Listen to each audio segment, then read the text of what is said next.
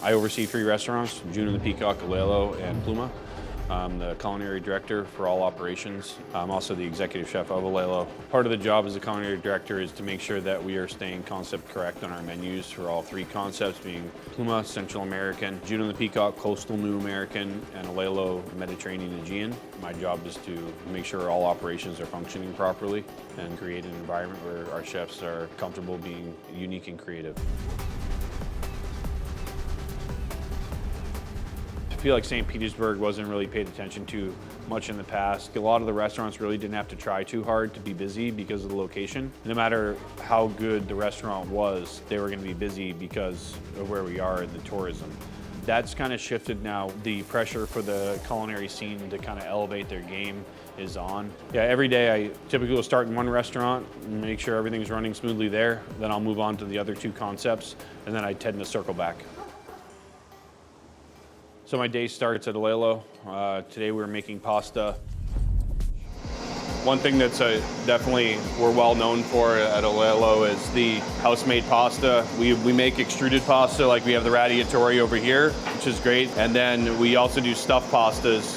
Right now she's making cappelletti with a honey thyme ricotta filling. So we roll it out. For this particular stuffed pasta, she has to cut it round, and then she's gonna fill individual little pockets of it and then do a nice little fold on it. Works out pretty well. So the application for this pasta is gonna be, it's on our tasting menu right now. It's for our Papa al Pomodoro. The stuffed pasta is definitely a more skill-based art for sure. Definitely takes some craftsmanship and some patience for this and lots of practice. Maria's been working for us for probably combined almost 8 or 9 years. And she's just a professional at what she does. One of the bigger variations is how thick are you rolling your pasta. If you roll it too thick, when you have it doubled up on the edge here, that part won't be tender enough. But if it's too thin, it will blow out when you go to cook it. So it's a very fine balance. This is a daily process. Part of it is keeping it fresh. You can't do this without having the proper equipment. We outfit it with this equipment to optimize it and create a super consistent product for our guests.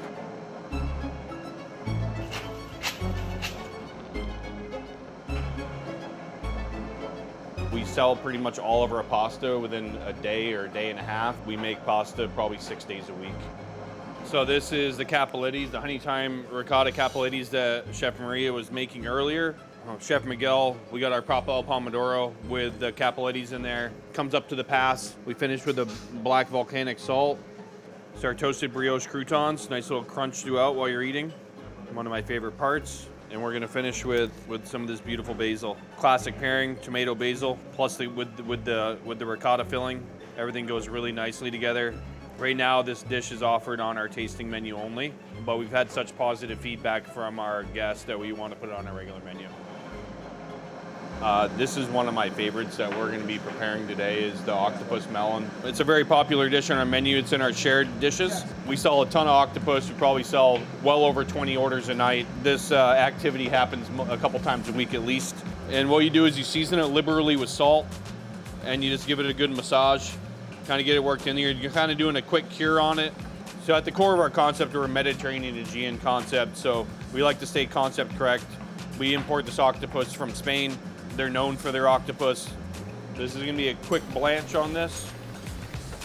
Quite a few years ago, I had a melon and goat cheese salad, and I had an octopus preparation I had designed for a menu. And one day I sat down and I ate both of the dishes at the same time, and it occurred to me how well they paired together. So then next thing I'm gonna do is I'm just going to separate each individual tentacle. I think one thing that is important that some people will do is you shouldn't cut the head too short into the body, because all these tentacles, even though they don't seem like it, they run all the way up to here.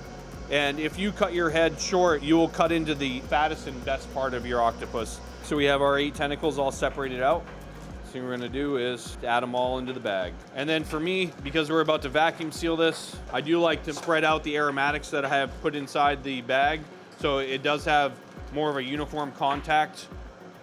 So then we're gonna come over to our chamber sealer, let it run through the process.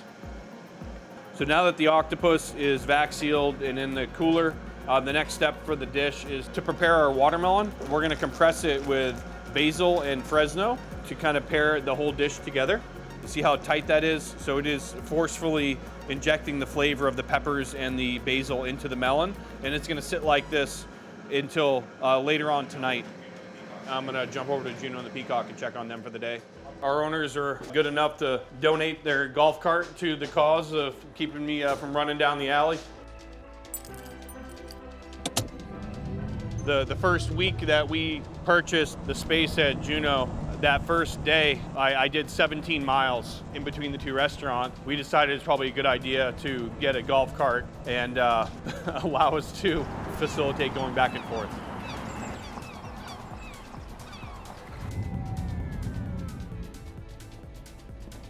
Chef, how you doing, buddy? So this is Juno. This is our outside expo. Down on the other end there for hot apps, garmager, raw bar, pastry, all that comes out of there. And we also built this expo table in the middle that has a refrigerated garnish well. On any given Saturday, we tend to see about 1,200 people. You know, if you figure 1,200 people aren't just eating one plate each. So say people have 2 plates, right? So it's 2,400 plates coming out of the kitchen in any given day. So it's a lot of volume. So we want to make sure we prepared our kitchen for that and built it out in a way that creates success for us. Hey, Chef, how's it going today? Pretty good, Chef. How about you? Good, man, good. Chef Drew's our executive chef here at Juno the Peacock. Lunch service getting started over here? Yeah, it's starting to pick up for sure. I think we're gonna need to build a seafood tower. Okay, so it's gonna be 12 oysters, East Coast oysters, poached shrimp. We have a cold lobster salad. This lobster is dressed with a brown butter aioli. This is actually a really interesting technique. If you just brown butter and added it to mayo, it would just solidify when you cooled it down. We actually toast milk powder in order for it to get that brown butter quality. And it's kind of like a homage to a hot lobster roll that you would get with butter, but served cold in that way. This is a little bit of crab louise, and then we just have some smoked salmon that we dress with olive oil and we sell it to on the expo side. And and some shrimp and sauces. For us, having a seafood tower on the menu just makes sense. Our guests are looking for it. We want to give our guests what they're looking for. We have the ocean across the street. Even if we didn't have it on the menu, everyone would ask for it anyway, right? The seafood tower is definitely one of those wow moments when it goes to the dining room. People are like, what's that? I want that. You know, you're sitting down with a bunch of your friends and they're like, I don't know what we want yet. Let's just get a seafood tower while we decide. Now we're doing a little bit of mise en place for Pluma, our Latin American, Central American restaurant and cocktail lounge. So what Francesca's making here is our Huitlacoche empanadas with a purple corn masa.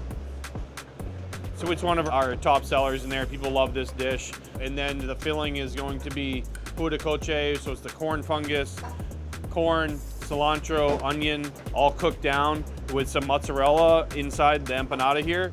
Pluma, it's based around Central America, Central American cocktails. Even the cocktail menu is broken up into 4 different regions of Central America, whether it's the empanadas or the short rib mole tacos or the pan de queijo, the Brazilian cheese bread. It's all, you can pick it up and eat it. You don't need full sets of silverware and plates and all the stuff to share it. It works out pretty well.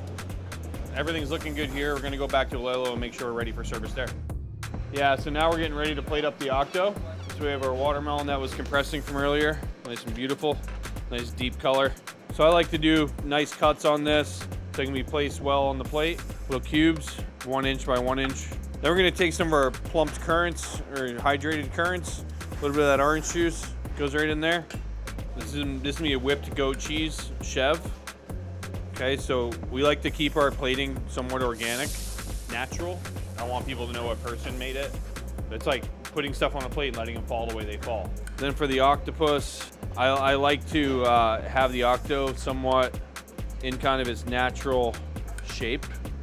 And I think it's nice for people to not have to use a steak knife for it.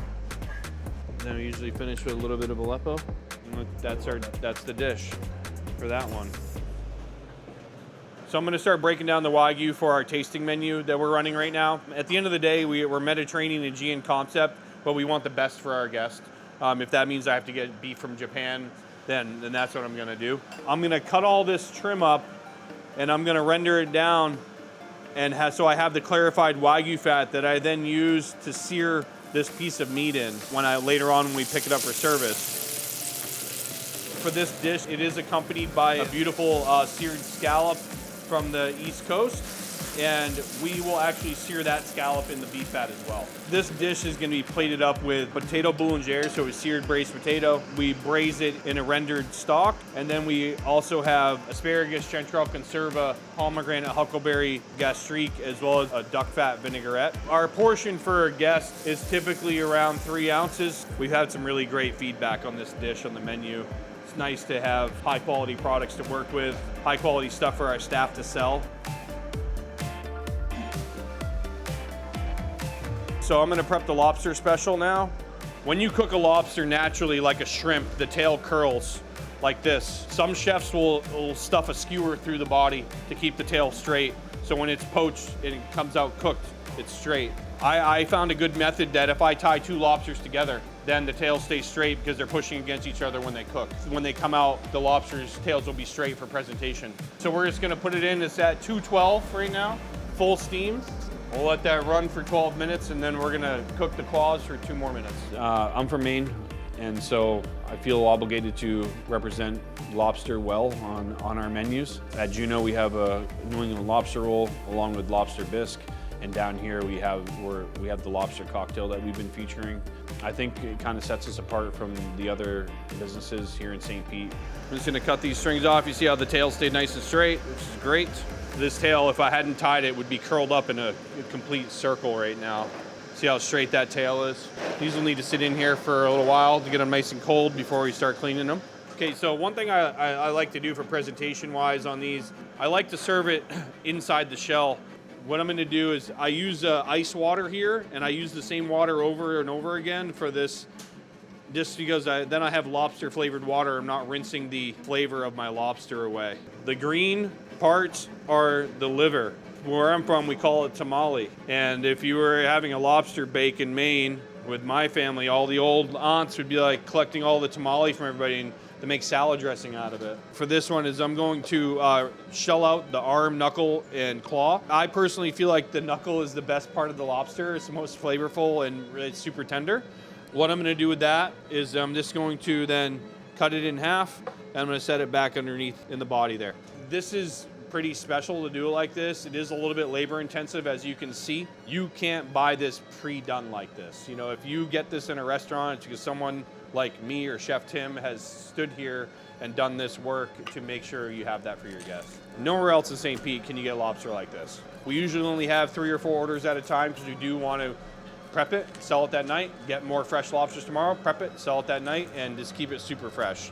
One downfall to ordering a whole lobster in a restaurant is you pretty much have to put a bib on to eat it, but instead I put the bib on when I have to clean them in the kitchen, and we take care of it for you. We do all the heavy lifting and present it really nicely so that someone can sit there in a pretty dress and enjoy some fresh lobster like that. I think one thing across the board that I want our guests to leave with is I want them to feel welcome and also feel like they're part of the family, and that we're here to make sure that everyone's taken good care of and pushing the quality to be top-notch for everybody. I think that makes a big difference, and I think that at the end of the day, what I want my guests to take away is you literally feel good after you eat the food. You know, I never thought as a young man, now I'm a father, that I'd be reading 30 labels to go through a supermarket to make sure I'm buying quality food for my family. So we do very much so the similar thing for our guests.